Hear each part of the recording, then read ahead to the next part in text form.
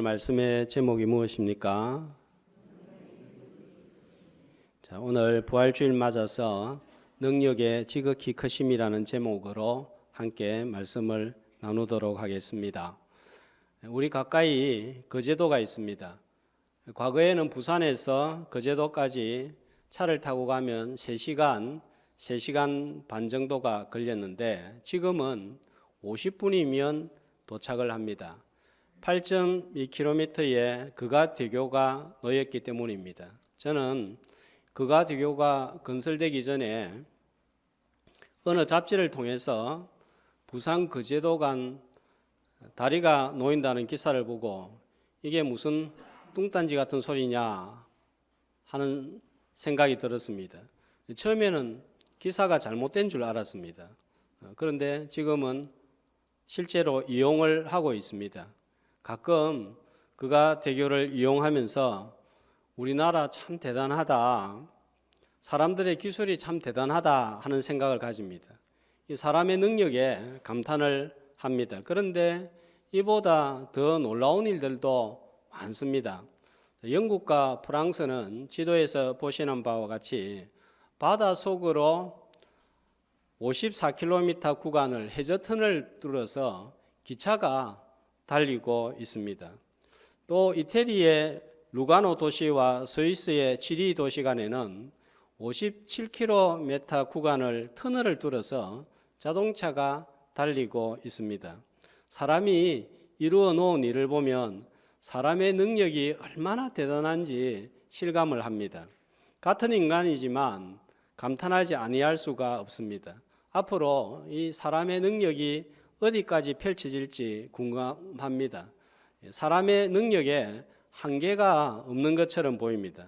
그러나 하나님의 능력에 비하면 사람의 능력은 정말 아무것도 아닙니다. 하나님께서 만드신 자연을 보면 입을 다물지 못할 때가 많습니다. 가보지는 못했지만 미국과 캐나다에 걸쳐 있는 나이아가라 폭포를 보면 사람들이 와 탄성을 지르고, 미국의 그랜드 캐년을 구경하신 분들은 자연에 압도당하는 느낌을 실감한다고 합니다. 하나님의 능력은 이 정도에 그치지 않습니다. 우리가 살고 있는 지구는 지름이 대략 12,000km, 둘레는 40,000km인 거대한 구입니다. 그런데 이 거대한 지구가 태양에 비하면 또 아무것도 아닌 거예요. 태양 안에 지구를 130만 개나 넣을 수 있다고 합니다. 그런데 태양도 우주에 있는 큰 별과 비교하면 아무것도 아닙니다. 지금까지 발견된 별 중에 제일 큰 별은 가니스 마조리스라고 하는 별로 태양 크기의 2000배나 된다고 합니다. 물론 우주에는 이보다 더 큰 별들도 셀 수 없이 많습니다. 바울은 이런 하나님의 능력을 알게 해달라고 에베소서를 통해서 에베소 성도들을 위하여 기도하고 있습니다. 우리는 누구에게 배웠는지는 몰라도 기도할 때는 구체적으로 기도해야 된다. 그래야 하나님이 응답하신다.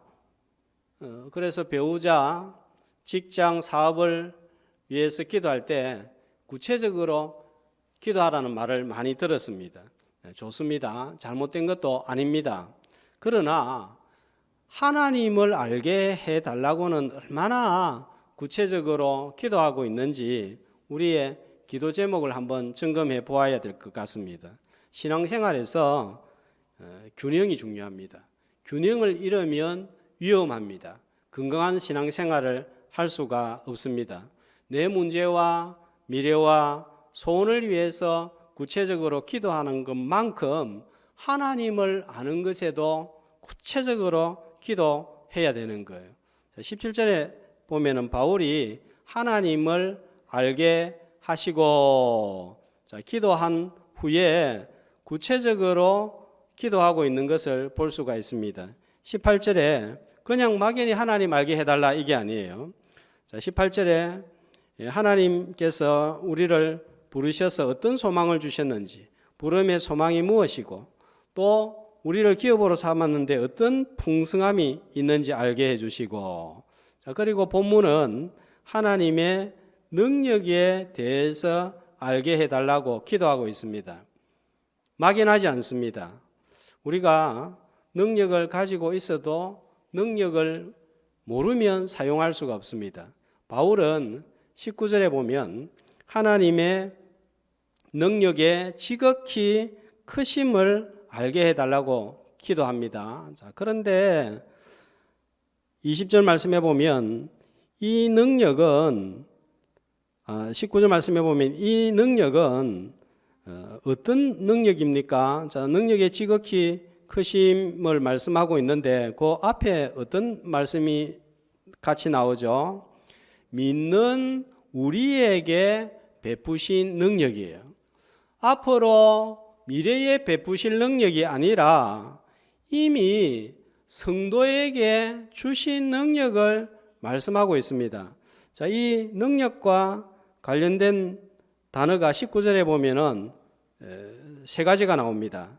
자, 보면 힘, 위력, 역사 하는 단어입니다. 능력을 설명하는데 세 가지 단어를 사용을 하고 있습니다. 자, 칼빈은 힘은 나무의 뿌리와 같고, 위력은 나무와 같고, 역사는 나무의 열매와 같다. 이렇게 해서 능력을 설명을 했습니다. 살펴본 대로 하나님의 능력은 크십니다.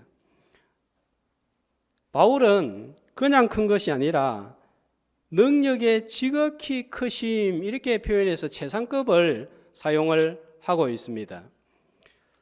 20절에는 보면 이런 하나님의 큰 능력이 어떻게 역사했다고 하지요? 하나님의 능력이 어떻게 나타났다고 하는지 오늘 본문은 세 가지로 말씀하고 있는데 첫 번째 하나님의 능력이 어떻게 역사했다고요? 20절에 보면 죽은 자들 가운데서 다시 살리시고, 자, 뭡니까? 다시 살리시고 어떤 능력이에요? 부활하게 하시는 능력입니다.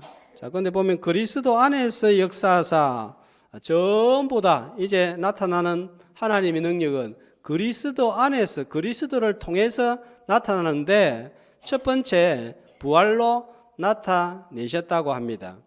자, 시작하면서 자연과 우주에 나타난 하나님의 능력에 대해서 잠깐 언급을 했습니다.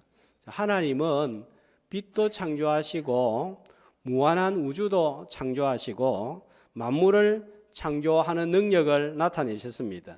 또 홍수로 세상을 심판하고 홍해를 건너는 기적도 행하셨습니다. 그런데 바울은 하나님의 능력을 이런 창조나 기적이나 이적으로 말하지 않고 부활을 통해서 나타난 하나님의 능력에 지극히 크심을 말씀하고 있습니다.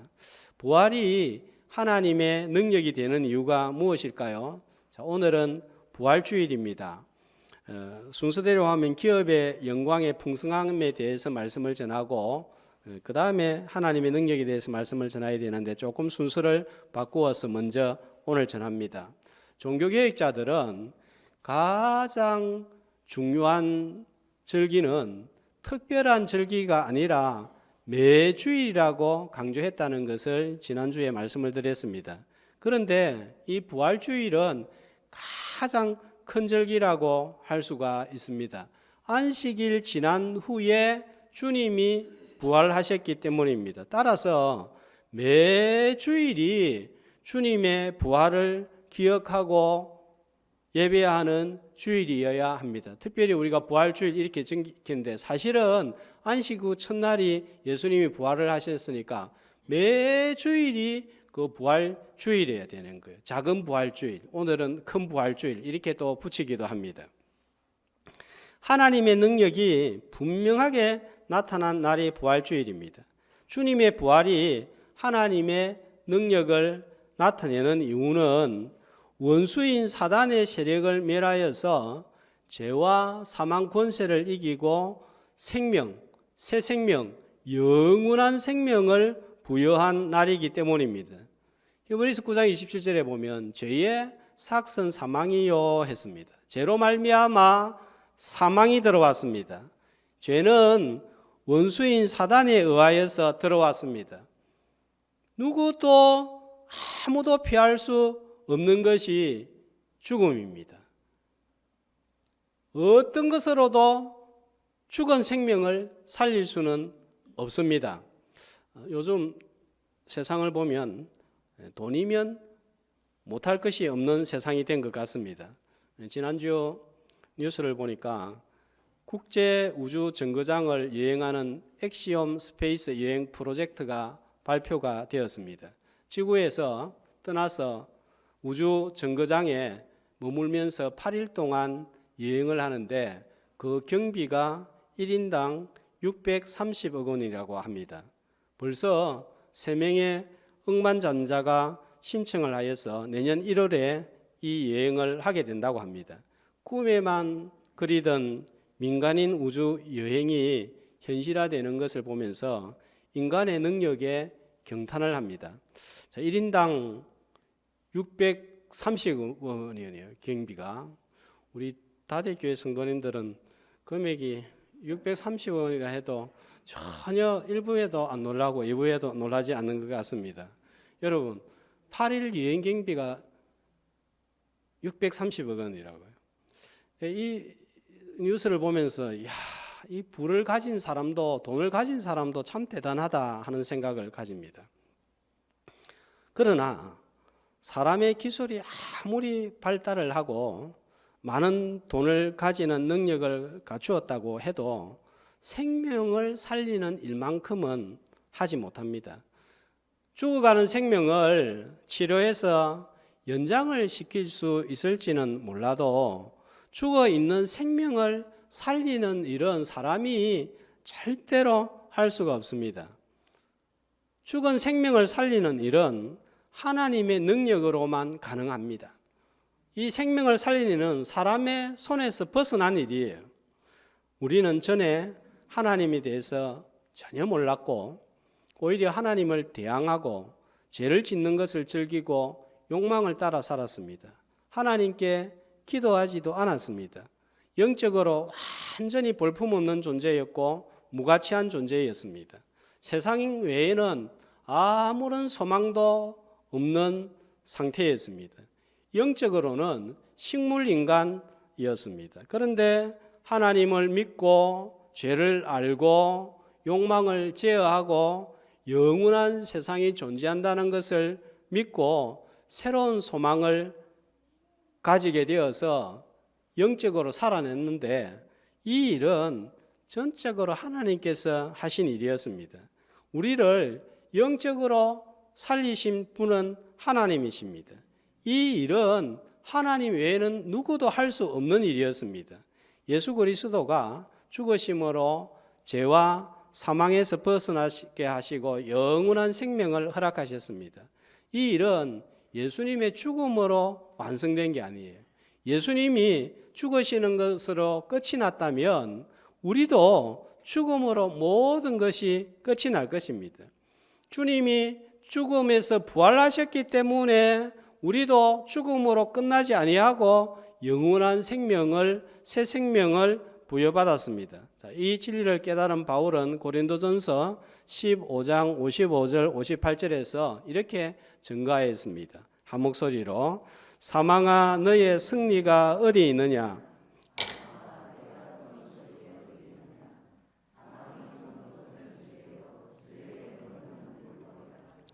우리 주 예수 그리스도로 말미암아 우리에게 승리를 주시는 하나님께 감사하노니 부활의 능력으로 사망 권세를 깨뜨렸기 때문입니다. 부활로 죄와 사망의 세력인 원수의 머리를 깨뜨렸기 때문입니다. 창세기 3장 15절에 보면 여자의 후손이 뱀의 머리, 사단의 머리를 상하게 하는데 그 결정적인 사건이 뭐냐면 부활 사건이에요. 예언하신 말씀이 부활로 성취가 되었습니다. 우리는 믿음으로 주님의 죽으심에 참여하는 것과 마찬가지로 믿음으로 부활에도 연합하게 됩니다. 죽으심을 믿음으로 나의 옛자는 죽고 죄는 죽었습니다. 부활하심으로 나는 새롭게 창조되고 살아났습니다. 그런즉 누구든지 그리스도 안에 있으면 새로운 피조물이라. 이전 것은 지나갔으니 보라 새 것이 되었도다 했습니다. 우리가 새 피조물이 된 것은 주님의 부활로 인했습니다. 하나님이 빛이 있으라 하심에 어둡고 혼돈스럽고 공허한 세상이 새롭게 되었는데 이제는 주님이 부활하심으로 우리가 재창조되는 역사가 일어난 거예요. 육신이 죽어도 주님이 다시 살아나신 것처럼 살아나게 될 거예요. 이 사실을 구약에서 신약에서 하나님은 미리 보여주셨습니다. 열왕기상 17장 사르밧 과부의 죽은 아들을 엘리야를 통해 살려주시는 사건을 통해서, 열왕기하 4장에 수넴 여인의 죽은 아들을 엘리사를 통해서 살려주시는 사건, 누가복음 7장에 나인성 과부의 죽은 아들을 살리는 사건, 요한복음 11장 죽은 나사로를 살리는 사건을 통해서 우리가 죽어도 이런 자들과 같이 부활 생명을 얻을 것을 미리 말씀하신 거예요. 오늘은 주님이 죽으시고 부활하여 새로운 몸으로 살아나신 날입니다. 믿음으로 우리는 주님의 부활에 참여하게 됩니다. 부활주일만 부활주일이 아니라 매주일이 부활하신 주님을 기념하고 경배하는 날입니다. 매주일마다 부활의 주님을 기뻐하고 찬양하고 경배하는 주일이 되시기를 주님의 이름으로 소망합니다. 하나님의 능력은 주님의 부활로 또 끝나지 않았습니다. 20절 말씀 보시면 다시 살리시고 그 다음에 어떻게 되셨습니까? 어떻게 되셨죠? 하늘에서 자기의 오른편에 앉히사. 자, 우리가 매주일 사도신경을 고백을 하는데 죽으시고 장사된 지 사흘 만에 부활하시고 하늘에 오르시어 전능하신 하나님 우편에 앉아 계신다, 이렇게 고백을 하지 않습니까? 자, 예수님이 부활하시고 난 다음에 승천하셔서 하나님 우편에 앉아 계시는데, 하나님 우편에 앉아 계신다, 이 말씀이 무슨 의미입니까? 하나님은 영이십니다. 하나님에게는 왼편 오른편이 따로 없습니다. 대개 너는 내 오른편이다 하는 의미는 힘을 부여했다는 거예요. 그래서 하나님 우편에 앉아 계신다는 것은 장소적인 의미가 아니라 통치의 개념을 말씀하는 거예요. 21절에 보니까 오른편에 앉혀서 어떤 힘을 주셨는가 하면 모든 통치와 권세와 능력과 주관과 이 세상뿐 아니라 오는 세상에 일컫는 모든 이름 위에 뛰어나게 하시고 또 만물을 그의 발 아래에 복종하게 하시고, 그러니까 만물, 온 하늘에 있는 것이나 땅에 있는 것을 다 다스리는 일을 하시는 거예요. 이 다스리는 예수 그리스도의 통치를 통하여서 하나님은 그 능력을 드러내셨다는 것입니다. 빌립보서 2장 9절에서 11절은 또 이렇게 말씀합니다. 그를 지극히 높여서 모든 이에 뛰어난 이름을 주셔서 어떻게 하십니까? 하늘에 있는 자들과 땅에 있는 자들과 땅 아래에 있는 자들로 모든 무릎을 예수의 이름에 꿇게 하시고, 그러니까 예수님에게 최고의 권한을 부여하셔서 만왕의 왕으로 세상 만물 다스리시는데, 하늘에 있는 것은 뭘 의미하는가 하면 바로 천사들을 가리킵니다. 영적인 세계를 가리킵니다. 땅에 있는 자들 하면 사랑과 세상을 의미합니다. 오늘 본문에 나오는 21절에 보면은 모든 통치와 권세와 능력과 주권을 다스리는 것을 말씀을 하시는데, 여기에 나오는 이런 권세는 천사를 가리킨다고 봅니다. 존 스토트 목사님은 모든 통치와 권세를 가리켜서 악한 영들로 해석을 합니다. 종합을 해보면 천사들도 악한 영들도 전부 그리스도의 통치 아래 있다는 것을 말씀합니다. 자, 뿐만 아니라 그 뒤에 나오는 말씀, 이 세상뿐 아니라 오는 세상에 일컫는 모든 이름 위에 뛰어나게 하시고, 자, 이 세상 현재입니다. 오는 세상 예수 그리스도의 재림으로 말미암아 오게 되는 세상입니다. 그러니까 여기 말씀은 시간을 초월하여 통치하실 것을 말씀하고 있습니다. 부활하여 만물을 통치하시는 주님은 당연히 우리를 통치하십니다. 우리는 주님의 통치 아래 살고 있습니다. 우리는 주님의 능력 아래 살고 있습니다. 그런데 이걸 모르고 살기 때문에 바울은 에베소 성도들이 이런 하나님의 능력을 알도록 기도하고 있는 거예요. 자, 19절은 다시 말씀드리지만 어떤 능력인가 하면요, 앞으로 주어질 능력이 아니라, 자, 어떤 능력입니까? 믿는 우리에게 베푸신 능력입니다. 이미 주신 능력입니다. 그래서 능력을 달라고 기도하는 것이 아니라 능력을 알게 해달라고 기도하고 있습니다. 하나님의 능력은 나에게 언제부터 나타났을까요? 언제부터 시작이 되었을까요? 하나님은 우리를 부르시면서부터 능력으로 역사하셨습니다. 자, 소교리 문답 31문 지난번에 보았는데 또 다시 한번 보겠습니다. 제가 물으면 또 크게 답을 하시면 되겠습니다. 효력 있는 부르심이란 무엇입니까?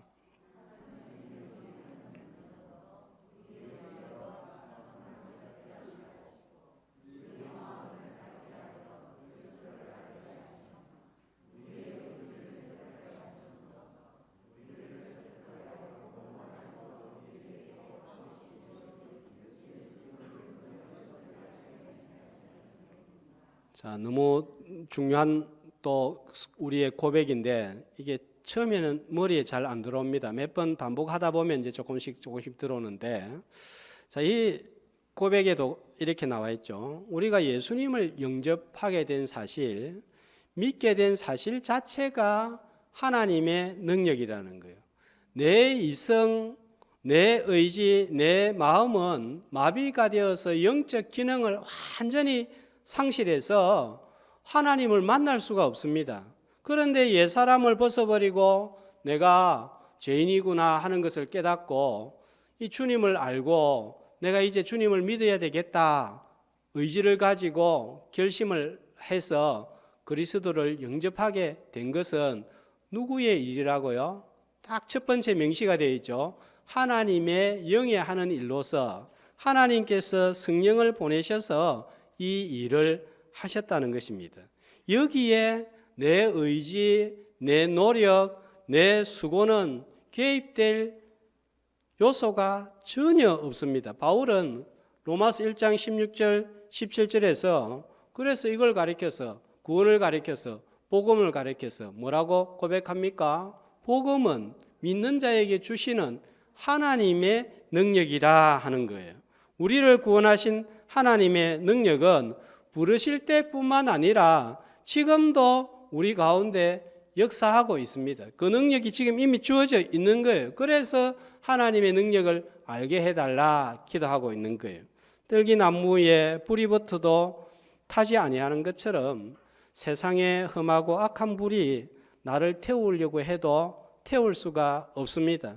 베드로가 물 위를 걷다가 빠져도 주님에게 건짐을 받은 것처럼 세상이라는 바다 속에 내가 빠질 수는 있어도 완전히 빠져서 죽지는 않는 거예요.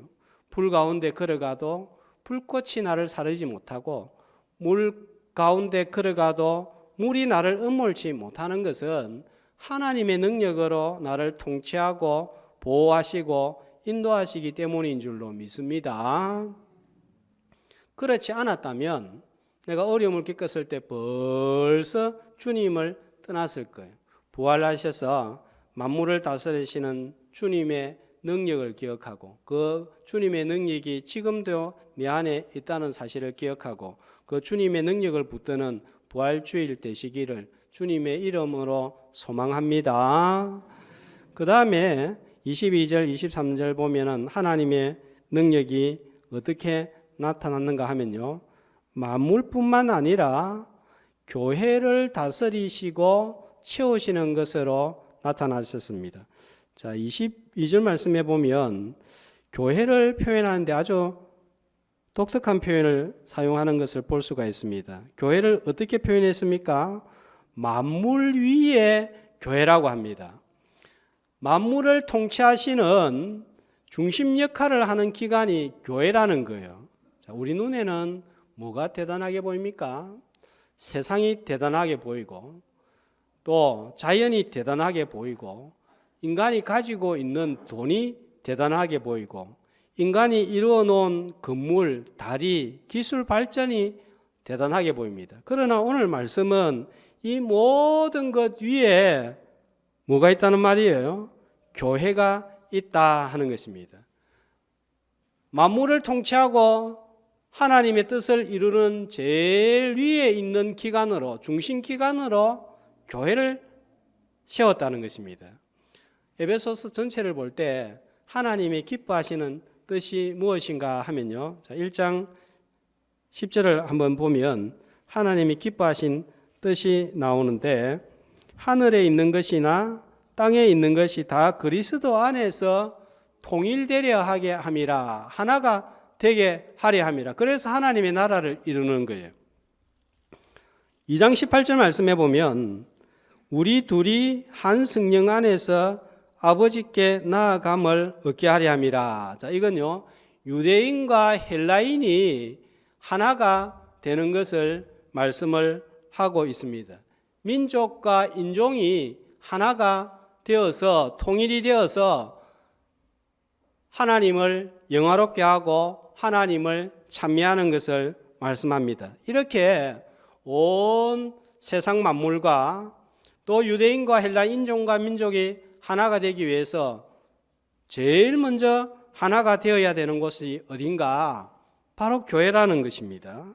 그래서 옆에 있는 에베소 4장 3절 말씀해 보면 평안에 매는 줄로 성령이 하나 되게 하신 것을 힘써 지키라. 교회가 제일 먼저 하나가 되어야 되고 교회가 제일 먼저 화목하게 될 때 교회가 하나가 되게 하는 이 일에 사용을 받을 수가 있다 하는 것입니다.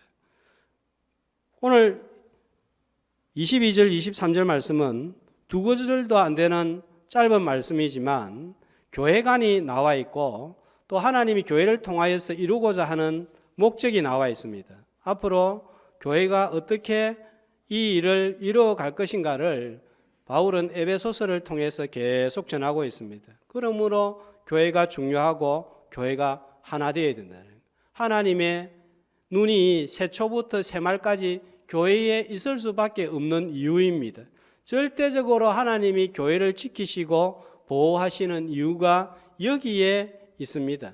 연약해 보이는 교회가 어떻게 이 일을 감당할 수 있을까요? 교회가 세상과 이렇게 비교해 보면 오히려 세상이 교회를 잡아먹을 것 같은데 교회가 어떻게 하나님이 하시는 일을 교회를 통해서 세상에 이룰 수 있단 말입니까? 자, 23절 말씀해 보면 교회는 그의 몸이니 만물 안에서 만물을 충만케 하시는 이의 충만함이니라. 자, 이 말씀은 저도 고민하고 주석을 보고 생각을 더하지 않으면 무슨 말인지 모르는 거예요. 5번을 읽어도 10번을 읽어도 무슨 말인지 모르는데요. 자, 한번 봅시다. 자, 교회가 예수님의 몸인데 만물 안에서 만물을 충만케 하시는 이는 누굽니까? 예수님이라는 거예요.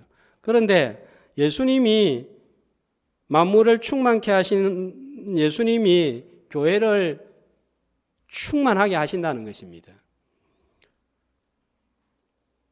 예수 그리스도가 교회에 필요한 것들을 계속 공급하여서 충만하게 할 때 온전한 몸을 이루다 하는 말씀이 23절의 말씀입니다. 그래서 우리가 볼 때는 교회보다 훨씬 세상이 크지만 교회를 통하여서 세상을 하나님의 기뻐하시는 뜻으로 만들어 간다는 거예요. 왜냐하면 만물을 충만케 하시는 예수 그리스도가 그 일을 할 수 있도록 교회에 계속해서 힘과 능력을 공급하시기 때문입니다. 프랑스는 가톨릭 국가였습니다. 종교개혁이 일어나자 프랑스 내에 있던 칼빈주의자들은 아주 심한 핍박을 받았습니다. 급기야는 1572년 8월 24일 바돌롬의 대학살 사건이 발생합니다. 이때 전국적으로 많게는 7만 명의 개신교 신자들이 순교하거나 처형을 당하였습니다. 700명도 아니고 7,000명도 아니고 7만 명이 화형당하거나 목이 잘려나가거나 처형을 당하였습니다. 갓난 아기들이 둔기에 맞아 쓰러졌고 늙은이들이 칼에 찔려 죽었고 부녀자들과 아이들도 칼에 죽임을 당하고 시체는 세느강에 내버려졌습니다. 어떤 성도는 무릎을 꿇고 손을 모으고 고개를 숙이고 기도하고 있는 중에 목베임을 당하고 몸과 목이 분리가 되어서 거리에 나뒹굴었습니다. 이런 박해에도 끝까지 믿음을 저버리지 아니하고 종교개혁의 유산을 물려받고 신앙을 지킨 프랑스 개신교도들을 가리켜서 위그노라고 부릅니다. 위그노들은 신앙의 자유를 박탈당했고 장례조차 치르지 못하는 심한 핍박을 받았습니다. 그러자 많은 위그노들은 시내에서는 사람들이 모인 곳에서는 예배 드릴 수 없자 동굴이나 광야로 숨어 산꼭대기에 망을 보는 파수꾼을 두고 비밀리에 예배를 드렸습니다. 이 숲속이나 광야에서 예배를 드려야 되니까 필요한 게 이 강대상인데 그때 이 강대상을 분에 조립할 수 있도록 만들어졌고 성찬식 용기도 이동할 수 있도록 그렇게 만들어졌습니다. 발각이 되면 처형입니다. 이렇게 생명이 위협받는 상황 가운데서도 기꺼이 생명을 걸고 예배를 드리고 신앙을 지켰습니다. 그 결과 아직도 프랑스에는 소수이지만 참된 신앙을 간직하며 사는 위그노의 후예들이 있습니다. 이때 나라에 프랑스에 있지 아니하고 유럽과 미국으로 위그노 17만 명이 흩어져서 이 신앙을 유럽 전역에 또 미국에 계승하고 큰 영향을 발휘했습니다. 자, 우리의 기준으로 본다면 이들은 복을 받지 못한 자들입니다. 이들은 망한 자들입니다. 그러나 그들은 누구보다 참되게 신실하게 신앙생활을 했고 기쁨과 감격으로 믿었던 하나님의 사람들이었습니다. 자, 우리가 이런 상황에 놓였다면 과연 몇 사람이나 신앙을 지킬 수 있었을까요? 몇 사람이나 예배를 드렸을까요? 그럼에도 불구하고 위그노들이 생명을 걸고 모든 것을 잃으면서도 신앙을 지킬 수 있었던 것은 하나님께서 내가 내 생명을 잃는다고 해도 내가 내 믿음을 부인하지 않겠다 하는 그런 담대함과 결단의 마음을 하나님이 주신 거예요. 그렇지 않고서야 어떻게 이걸 감당할 수가 있겠습니까? 부르실 때 효력 있는 부르심으로 성령으로 능력으로 우리를 부르시니가 고난 가운데서도 그 능력이 임하였기 때문입니다. 성도는 이런 사람들이에요. 디모데후서 1장 8절에 보면은 이렇게 말씀을 하고 있습니다. 복음과 함께 고난을 받으라. 고난 가운데서도 믿음을 포기하지 않고 지키는 사람들, 그 사람들이 성도라는 거예요. 그들은 고난 가운데서도 믿음을 지킬 수 있는 것은 하나님의 능력을 가졌기 때문입니다. 만물을 충만하게 하시는 주 예수 그리스도가 성도와 교회의 능력으로 채우시기 때문입니다.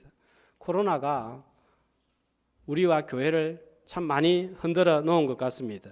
그럼에도 불구하고 교회는 문을 닫지 않을 것입니다. 이보다 더 큰 핍박과 환난과 어려움이 와도 교회가 문을 닫는 일은 없을 것입니다. 우리 주 예수 그리스도가 교회와 성도들에게 필요한 것들을 힘을 공급하기 때문인 줄로 믿습니다. 우리 다대교회만 보아도 마찬가지예요. 오랜 기간 동안 여러 가지 어려움이 있었습니다. 그런데도 문을 닫지 않았습니다.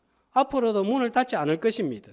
어떤 일이 있어도 교회를 지키고자 하는 아름답고 고귀한 성도들이 있기 때문입니다. 그들 심령에 하나님께서 힘을 주시고 담대함을 주시고 견딜 수 있는 은혜를 주셔서 지키게 하시기 때문입니다. 하나님의 능력이 그들 안에 역사하고 있기 때문입니다. 오늘 부활주일에 하나님의 능력에 대한 말씀을 살펴보았습니다. 하나님의 능력은 죽으시고 부활하심으로 나타나셨고 승천하셔서 만물을 다스리게 하시는 그리스도를 통해서 나타나셨고 교회를 다스리시고 채우시는 그리스도의 은혜를 통하여서 역사하셨습니다. 그 능력이 저와 여러분의 삶 가운데 날마다 주마다 순간마다 발휘되기를 주님의 이름으로 축복합니다.